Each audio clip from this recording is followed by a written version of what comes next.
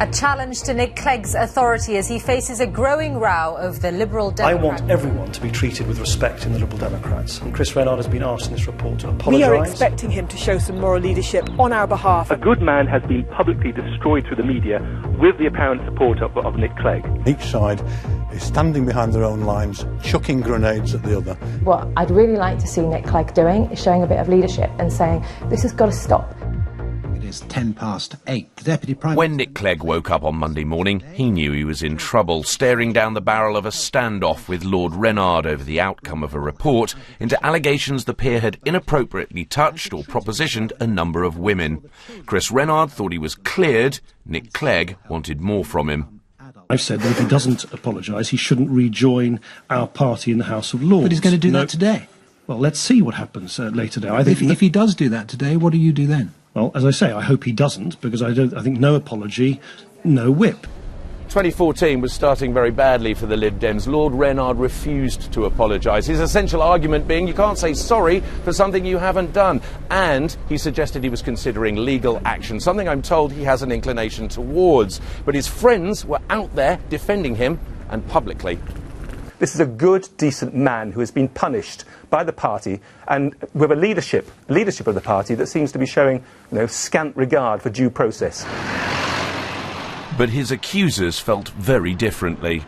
It is untenable for the Lib Dems to have a credible voice on equalities and women issues in the future if Lord Rennard was actually allowed to be back on the Lib Dem benches in the House of Lords.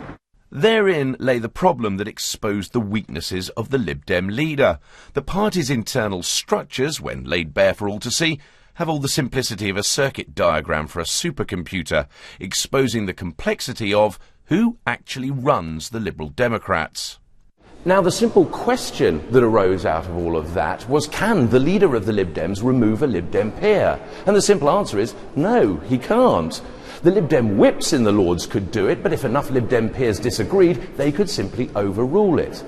And some peers, long-standing friends of Lord Rennard, foot soldiers in Lib Dem ranks for years, think that he's either the innocent victim of a media witch hunt, or at the very least due process has been ridden over roughshod by the leadership.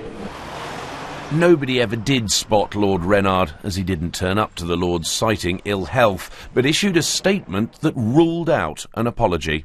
He's refused to do so and refused to comply with the outcome of that report, and so I'm afraid there was no alternative but for the party to suspend his membership today.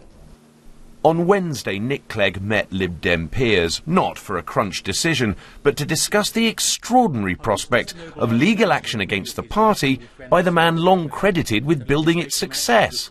The situation was making the party look like a joke. One Tory MP said to one of my colleagues this morning, the funny thing about the Liberal Democrats, you managed to create a whole sex scandal without any sex. And, we can laugh at ourselves, but actually it's rather serious. And it got more serious when an MP who'd resigned the Lib Dem whip last year was suspended from the party over a report into allegations of serious and unwelcome sexual behaviour towards a constituent.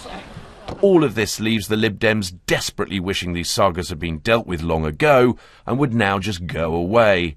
Nick Clegg ended the week still party leader. Lord Rennard, once one of their most powerful players, ended the week, for now, no longer even in it.